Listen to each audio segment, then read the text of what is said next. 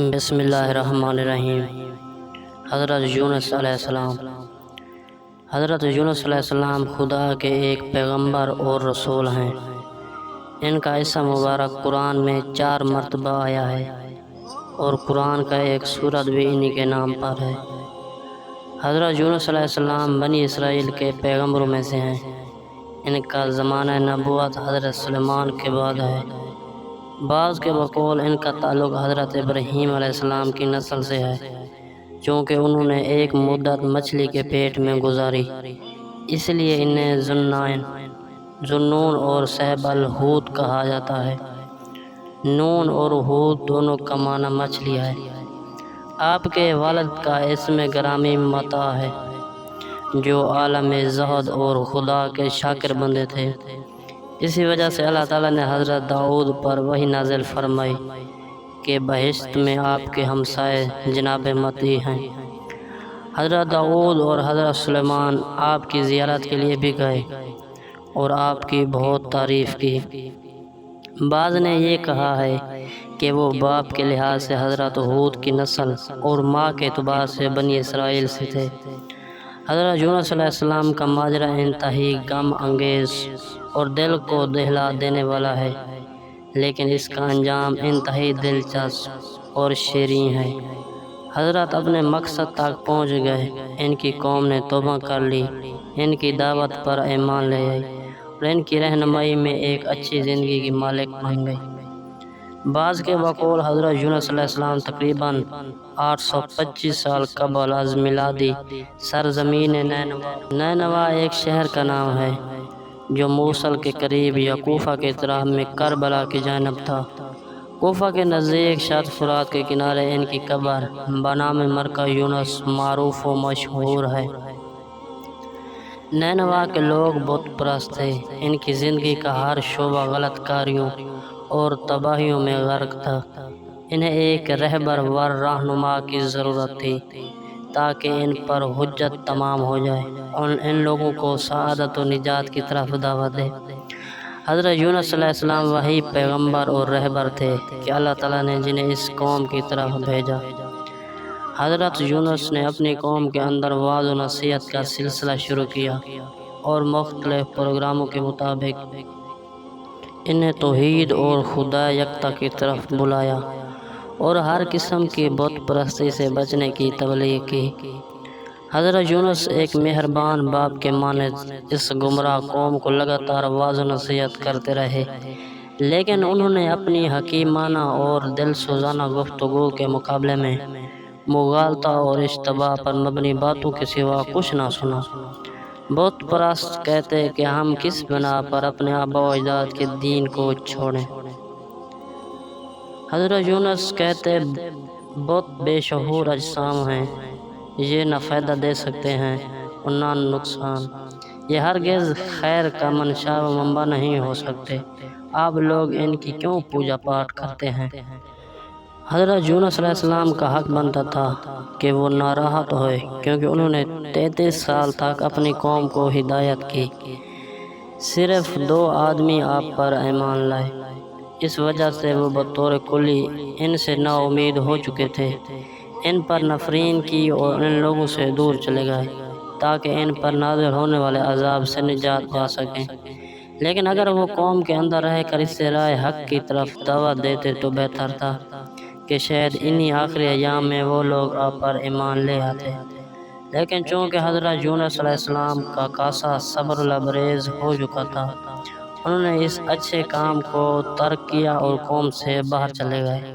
یہی چیز باعث بنی کہ شدید غضب الہی سے دوچار ہوئے۔ حضرت یونس شہر نینوا سے باہر نکل گئے، چلتے چلتے سمندر کے کنارے پہنچے۔ وہاں پر منتظر بیٹھے تھے کہ اچانک مسافرین کی ایک کشتی آئی۔ وہ کشتی مسافروں سے پر تھی، اس میں کوئی جگہ نہ تھی، لیکن حضرت یونس نے کشتی بان سے تقاضا اور التماس کی کہ انہیں کشتی پر سوار کرے۔ بالآخر ملا نے انہیں کشتی پر سوار کیا اور کشتی اپنی منزل کی طرف روانہ ہوئی۔ سمندر کے وسط میں ایک بہت بڑی مچھلی نے کشتی کا راستہ روکا۔ اس نے یوں منہ کھولا ہوا تھا جیسے کھانے کے لیے کچھ مانگ رہی ہو۔ کشتی پر سوار لوگوں نے کہا ہمارے خیال میں ہمارے درمیان میں کوئی ایسا گناہ گار شخص موجود ہے جسے اس مچھلی کی خوراک بننا چاہیے۔ کشتی پر سوار لوگوں کے درمیان کوڑا ڈالا گیا تو کوڑا حضرت یونس کے نام نکلا، حتیٰ کہ 3 بار کوڑا ڈالا گیا۔ کوڑا ہر دفعہ حضرت یونس کے نام پر ہی نکلتا۔ لوگوں نے حضرت یونس کو اٹھا کر سمندر میں پھینک دیا۔ اس بڑی مچھلی نے انہیں نگل لیا جبکہ وہ نفس کو ملامت کر رہے تھے۔ وہ مچھلی حضرت یونس کو سمندر کے اندر لے گئی۔ حضرت امام جعفر صادق علیہ السلام سے منقول ہے کہ حضرت یونس 4 ہفتوں تک اپنی قوم سے غائب رہے۔ ان 4 ہفتوں میں سے 1 ہفتہ سمندر کی طرف سفر کیا، 1 ہفتہ مچھلی کے شکم میں رہے، 1 ہفتہ مچھلی کے پیٹ سے نکلنے کے بعد ایک درخت کے نیچے گزارا اور 1 ہفتہ سمندر سے واپس شہر نینوا کی طرف سفر میں لگا۔ حضرت یونس کتنے دن شکم ماہی میں رہے اس بارے میں روایات مختلف ہیں۔ 9 گھنٹے یا 3 دن یا 40 دن تک کا بھی ذکر آیا ہے۔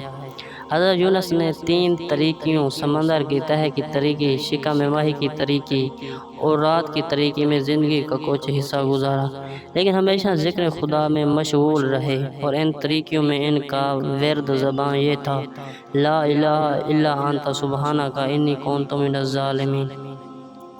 آخرکار اللہ تعالیٰ نے آپ کی دعا اپنی بارگاہ میں قبول فرمائی اور آپ کی توبہ قبول کی، اور اس مچھلی کو حکم دیا کہ سمندر کے کنارے پر آ کر یونس کو باہر نکال دو۔ اس نے حکم خدا پر عمل کیا۔ حضرت یونس نے حقیقی معنوں میں توبہ کی، تسبیح خدا بیان کی اور اپنے گناہ کا سچے دل سے اقرار کیا تو شکم ماہی سے نجات پا گئے۔ حضرت یونس نے اپنی قوم کو خبردار کیا تھا کہ 15 شوال بروز بدھ طلوع آفتاب کے بعد اس پر عذاب الہی نازل ہوگا، لیکن قوم نے انہیں جھوٹا اور دروغ گو کہا اور انہیں شہر سے نکال دیا۔ وہ بھی تنوخہ عابد کے ہمراہ شہر سے باہر چلے گئے، لیکن روبیل جو خاندان نبوت کے عالم و دانشور تھے وہ قوم کے درمیان موجود رہے۔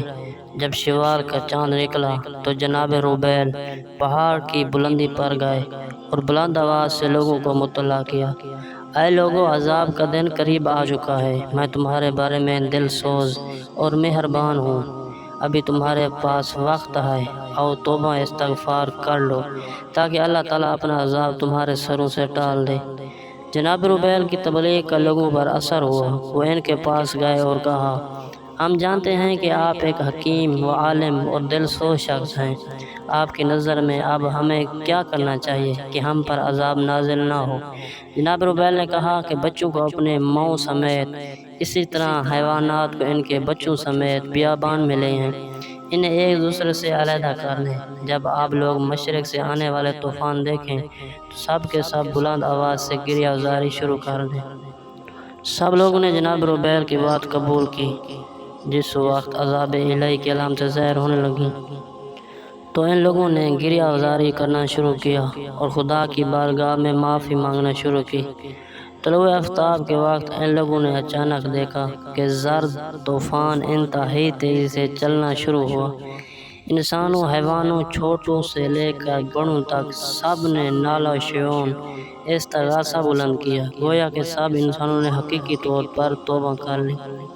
جب جناب روبیل نے بھی ان لوگوں کی گریہ زاری سنی اور دعا کی کہ اے پروردگار، اس قوم سے اس عذاب کو برطرف فرما، اللہ تعالیٰ نے ان کی توبہ قبول کی اور حضرت اسرافیل کو حکم دیا کہ اس عذاب کو پہاڑوں کی طرف لے جا۔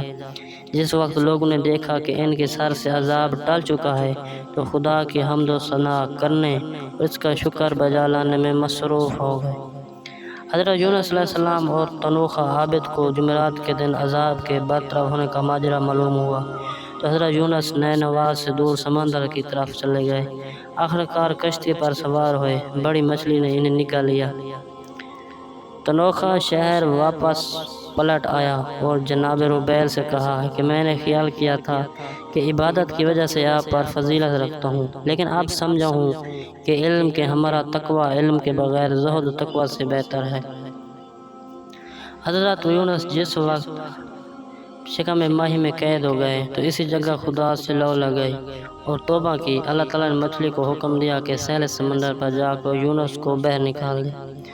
حضرت یونس ایک بے بال و پر نواز بچے کے مانا شکم مائی سے باہر آئے اور ان کی حالت یہ تھی کہ وہ اپنی جگہ سے حرکت نہیں کر سکتے تھے۔ ان پر خدا کا لطف ہوا، اللہ تعالیٰ نے سہل سمندر پر کدو کی بیل اگائی۔ حضرت یونس اس کے سائے میں زندگی بسر کرتے رہے اور مسلسل ذکر خدا میں مشغول رہے۔ آہستہ آہستہ آپ کی صحت لوٹ آئی۔ اس وقت اللہ تعالیٰ نے ایک کیڑا بھیجا جس نے کدو کی بیل کو جڑیں کھا لی، جس کے نتیجے میں کدو کی بیل خشک ہو گئی۔ اس بیل کا سوکھ جانا حضرت یونس کے لیے انتہائی دکھ آور تھا۔ وہ بہت مغموم ہوئے۔ خداوند قدوس نے ان پر وحی نازل فرمائی اور کہا، اس قدر کیوں محزون ہو؟ آپ نے عرض کیا کہ میں کدو کی اس بیل کے سائے میں استراحت کرتا تھا۔ آپ نے اس پر کیڑے کو مسلط کر دیا ہے جو اس کی جڑیں کھا گیا ہے اور وہ خشک ہو گئی ہے۔ خداوند متعال نے فرمایا، آپ ایک ایسے پودے کے خشک ہونے پر اس قدر مغموم ہوئے ہیں جسے نہ تو آپ نے کاشت کیا اور نہ ہی اسے پانی دیا، لیکن 1,00,000 سے زیادہ لوگوں پر عذاب نازل ہونے سے محزون نہیں ہوئے۔ آپ کو معلوم ہونا چاہیے کہ اہل نینوا ایمان لا چکے ہیں اور پرہیزگاری کا راستہ اختیار کیا ہے۔ ان لوگوں سے عذاب برطرف ہو چکا ہے۔